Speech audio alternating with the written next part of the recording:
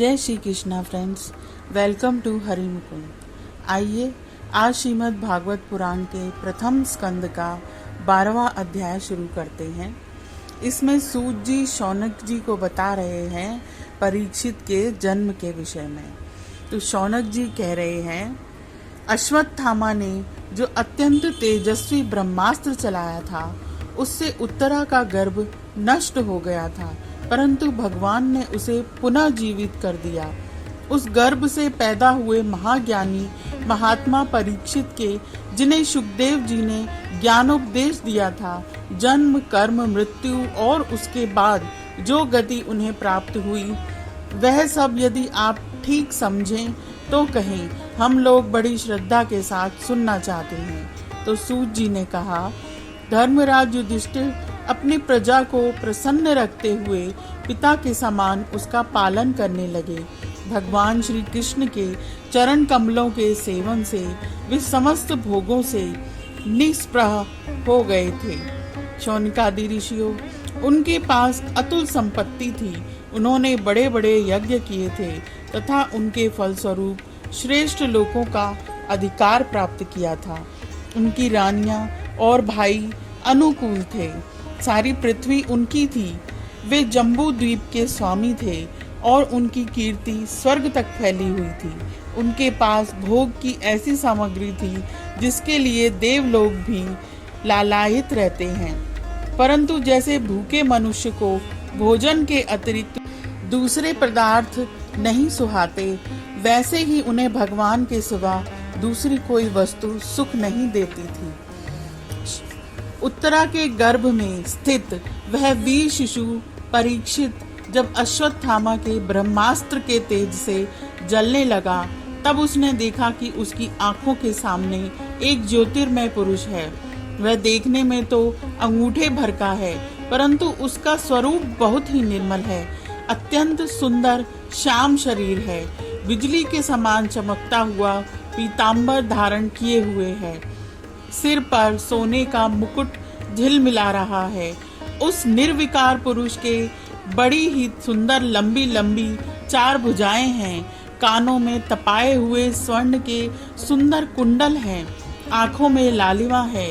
हाथ में लूके के समान जलती हुई गदा लेकर उसे बार बार घुमाता जा रहा है और स्वयं शिशु के चारों ओर घूम रहा है। जैसे सूर्य अपनी किरणों से कोहरे को भगा देते हैं, वैसे ही वह उस गदा के द्वारा ब्रह्मास्त्र के तेज को शांत करता जा रहा था। उस पुरुष को अपने समीप देखकर वह गर्भस्थ शिशु सोचने लगा कि यह कौन है। इस प्रकार उस 10 मास के गर्भस्थ शिशु के सामने ही धर्म रक्षक अप्रमेय भगवान श्री कृष्ण ब्रह्मास्त्र के तेज को शांत करके वहीं अंतर ध्यान हो गए। तदंतर अनुकूल ग्रहों के उदय से युक्त समस्त सद्गुणों को विकसित करने वाले शुभ समय में पांडु के वंशधर परीक्षित का जन्म हुआ। जन्म के समय ही वह बालक इतना तेजस्वी दिख पड़ता था, मानो स्वयं पांडु ने ही फिर से जन्म लिया हो। पौत्र के जन्म की बात सुनकर राजा युधिष्ठिर मन में बहुत प्रसन्न हुए। उन्होंने धौम्य, कृपाचार्य आदि ब्राह्मणों से मंगल वचन और जात कर्म संस्कार करवाए। महाराज युधिष्ठिर दान के योग्य समय को जानते थे। उन्होंने प्रजा तीर्थ नामक काल में, अर्थात नाल काटने के पहले ही, ब्राह्मणों को स्वर्ण, गौएं, पृथ्वी, गांव, उत्तम जाति के हाथी, घोड़े और उत्तम अन्न का दान किया। ब्राह्मणों ने संतुष्ट होकर अत्यंत विनयी युधिष्ठिर से कहा, पुरु वंश शिरोमणि काल की दुर्निवार गति से यह पवित्र पुरुवंश मिटना ही चाहता था, परंतु तुम लोगों पर कृपा करने के लिए भगवान विष्णु ने यह बालक देकर इसकी रक्षा कर दी। इसलिए इसका नाम विष्णुरात होगा। निस्संदेह यह बालक संसार में बड़ा यशस्वी भगवान का परम भक्त और महापुरुष होगा। युधिष्ठिर ने कहा, महात्माओं, यह बालक क्या अपने उज्जवल यश से हमारे वंश के पवित्र कीर्ति महात्मा राज ऋषियों का अनुसरण करेगा? ब्राह्मणों ने कहा, धर्मराज, यह मनुपुत्र अपनी प्रजा का पालन करेगा तथा दशरथ नंदन भगवान श्री राम के समान ब्राह्मण भक्त और सत्य प्रतिज्ञ होगा। यह ऊशी नर नरेश शिबी के समान दाता और शरणागत वत्सल होगा तथा याज्ञिकों में दुष्यंत के पुत्र भरत के समान अपने वंश का यश फैलाएगा। धनुर्धरों में यह सहस्त्रबाहु अर्जुन और अपने दादा पार्थ के समान अग्रगण्य होगा।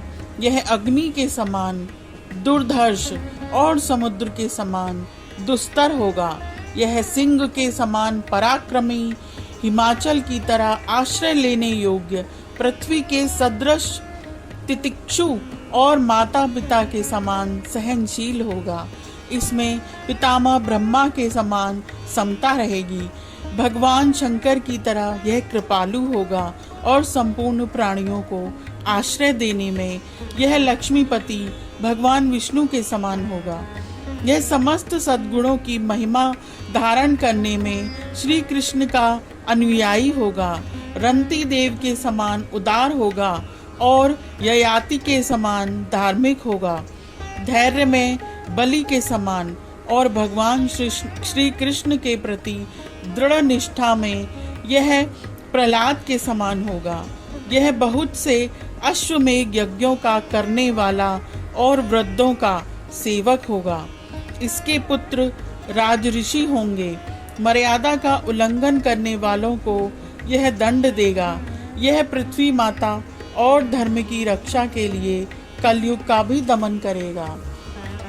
ब्राह्मण कुमार के शाप से तक्षक के द्वारा अपनी मृत्यु सुनकर यह सबकी आसक्ति छोड़ देगा और भगवान के चरणों की शरण लेगा।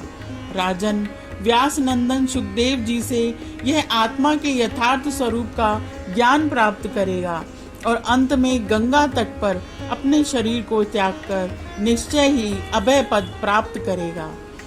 ज्योतिष शास्त्रों के विशेषज्ञ ब्राह्मण राजा युधिष्ठिर को इस प्रकार बालक के जन्म लग्न का फल बतलाकर और भेंट पूजा लेकर अपने अपने घर चले गए।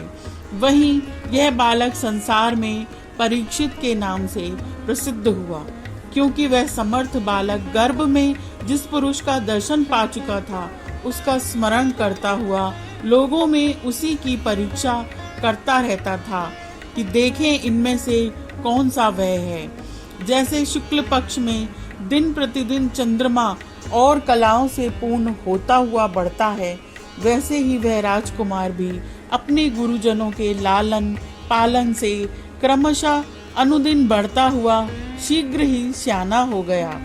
इसी समय स्वजनों के वध का प्रायश्चित करने के लिए राजा युधिष्ठिर ने अश्वमेध यज्ञ के द्वारा भगवान की आराधना करने का विचार किया, परंतु प्रजा से वसूल किए हुए कर और दंड की रकम के अतिरिक्त और धन न होने के कारण वे बड़ी चिंता में पड़ गए। उनका अभिप्राय समझकर भगवान श्री कृष्ण की प्रेरणा से उनके भाई उत्तर दिशा में राजा मरुत और ब्राह्मणों द्वारा छोड़ा हुआ बहुत सा धन ले आए। उससे यज्ञ की सामग्री एकत्र करके धर्म भीरु महाराज युधिष्ठिर ने 3 अश्वमेध यज्ञों के द्वारा भगवान की पूजा करी। युधिष्ठिर के निमंत्रण से पधारे हुए भगवान ब्राह्मणों द्वारा उनका यज्ञ संपन्न कराकर अपने सुहृद पांडवों की प्रसन्नता के लिए कई महीनों तक वहीं रहे। शौनक जी इसके बाद भाइयों सहित राजा युधिष्ठिर और द्रौपदी से अनुमति लेकर अर्जुन के साथ यदुवंशियों से घिरे हुए भगवान श्री कृष्ण ने द्वारिका के लिए प्रस्थान किया। तो यह अध्याय यहीं पर समाप्त होता है। आज के लिए इतना ही। आप सभी से मेरी प्रार्थना है कि जिन लोगों ने इस चैनल को सब्सक्राइब नहीं किया है वो प्लीज़ इसे सब्सक्राइब कर लें और ये भागवत का प्रसाद ज़्यादा से ज़्यादा लोगों को शेयर करें, बांटें। इससे आप सभी को बड़ा ही पुण्य मिलेगा। धन्यवाद।